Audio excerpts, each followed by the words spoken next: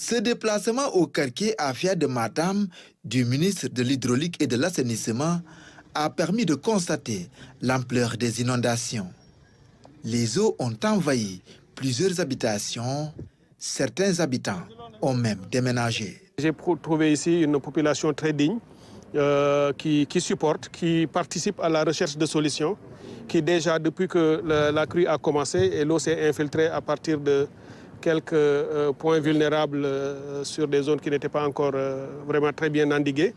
Et on fait face à cette situation, mais elles ont toujours été là depuis le début et ont reconnu les efforts de l'État. Et je voudrais aussi en profiter pour féliciter les services de l'État qui, dès les premières heures, se sont mobilisés. Face à une telle situation, des mesures urgentes sont envisagées. Mais à quelque chose, comme on dit, malheur est bon, ça permet d'apprendre.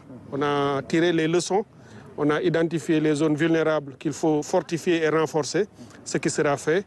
Et il y aura vraiment un plan d'ensemble sur Matam et sur toutes les villes qui sont en train d'être impactées par les crues de cette année, qui, il faut le reconnaître, sont des crues exceptionnelles.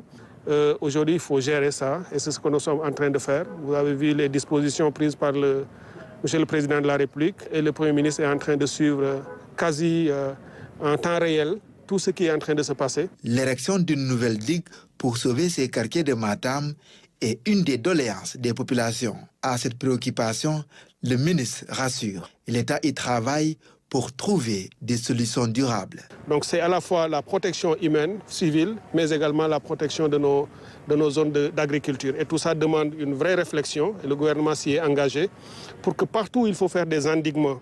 Même la nature des endiguements, leur taille et les caractérisations techniques seront faites dans les règles. Mais aussi plus important pour nous et le gouvernement, c'est de profiter de tout ceci pour dire cette eau-là, on ne la jette plus. C'est une eau à récupérer. Le manque d'assainissement noté dans ces nouveaux quartiers de la commune est aussi un des problèmes identifiés. Toutes ces questions seront étudiées ensemble avec l'ensemble des acteurs, a rassuré le ministre de l'Assainissement.